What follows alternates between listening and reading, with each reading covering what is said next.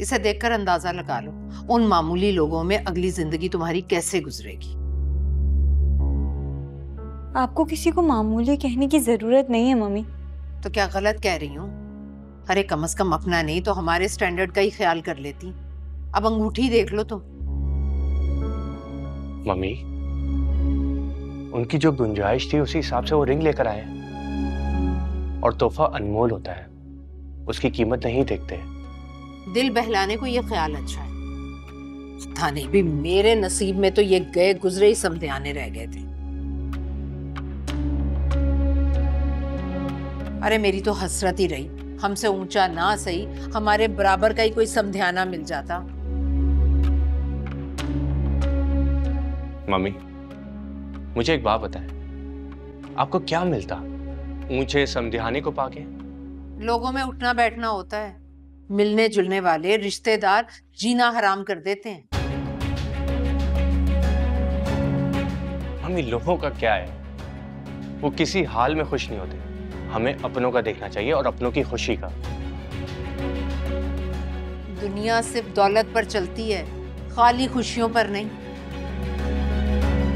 अब तैयार रहो लोगों के उल्टे सीधे सवालों के जवाब देने के लिए। मम्मी, आप इन सब बातों को छोड़ें और फरी की शादी की तैयारी करें। अगले हफ्ते उसके एग्जाम्स खत्म हो जाएंगे। आपका सारा फोकस फरी की शादी पे होना चाहिए।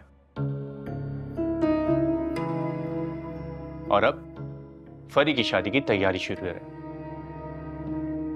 तैयारी क्या करनी है भाई?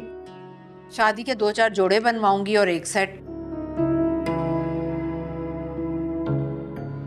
वो भी मैं सोच रही हूँ कि गोल्ड क्या करना है भाई, ये चांदी का और इमिटेशन ही ले लूं। बस करें खाला, फरी की शादी है, कुछ तो ख्याल करें।